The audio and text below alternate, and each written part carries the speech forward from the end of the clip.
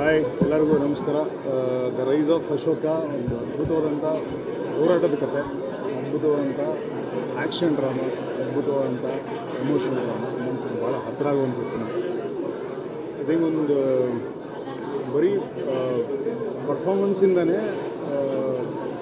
ಪಾತ್ರಗಳಿಂದ ಲೀಡಿಂದ ಒಬ್ಬರು ಸ್ಟಾರ್ ನಟರಾಗಿ ಬೆಳೆದಿರೋರಲ್ಲಿ ನನಗೆ ತುಂಬ ಇಷ್ಟ ಆಗೋರು ಅಂದರೆ ಸತೀಶ್ ಅವರು.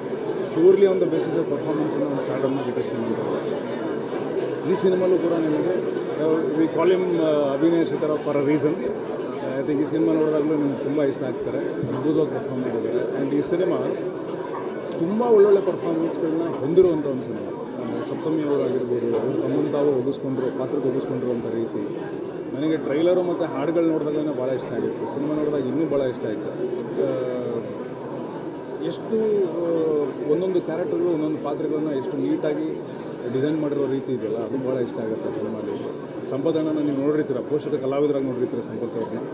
ಈ ಸಿನಿಮಾದಲ್ಲಿ ಒಬ್ಬ ಅದ್ಭುತವಾದಂಥ ವಿಲನ್ನಾಗಿ ನೋಡ್ತೀರ. ಯಶವಂತ್ ಶೆಟ್ಟಿ ಅವ್ರನ್ನ ನೋಡಿರ್ತೀರ, ಅವರು ಕೂಡ ಅದ್ಭುತವಾದಂಥ ಪರ್ಫಾರ್ಮರು. ಸುಮಾರಷ್ಟು ಜಗಪ್ಪ, ತುಂಬ ಅದ್ಭುತವಾದಂಥ ಕಲಾವಿದರ ದಂಡೆ ಇದೆ ಸಿನಿಮಾ. ಶುರುವಿಂದ ಕೊನೆ ತನಕ ತುಂಬ ಇಂಟೆನ್ಸಾಗಿ ಕಟ್ಕೊಟ್ಟಿದ್ದಾರೆ ಆ ಹೋರಾಟದ ಕಥೆಯನ್ನು. ಬಹುಶಃ ಇದು ಆ ಸಿನಿಮಾ ನೋಡಿದಾಗ ನಿಮ್ಗೆ ಅರ್ಥ ಆಗುತ್ತೆ, ಇದು ಒಬ್ಬರು ಹೋರಾಟದ ಕಥೆ ಅಲ್ಲ, ಅಥವಾ ಒಂದು ಸಮುದಾಯದ ಹೋರಾಟದ ಕಥೆ ಅಲ್ಲ, ಇದು ಎಲ್ಲರ ಹೋರಾಟದ ಕಥೆ. ಎಲ್ಲರ ಬದುಕಲ್ಲಿ ಬದಲಾವಣೆಗಳಿಗೋಸ್ಕರ ಹೊಡೆದಾಡೋಂಥ ಒಂದು ಕಥೆ. ಐ ಥಿಂಕ್ ನಿಮ್ಗೆಲ್ರಿಗೂ ಇಷ್ಟ ಆಗುತ್ತೆ. ಆದಷ್ಟು ಬೇಗ ಥಿಯೇಟ್ರಲ್ಲಿ ಬಂದು ಸಿನಿಮಾನ ನೋಡಿ ಇಡೀ ತಂಡಕ್ಕೆ ಕಂಗ್ರ್ಯಾಚುಲೇಷನ್ ಹೇಳಕ್ಕೆ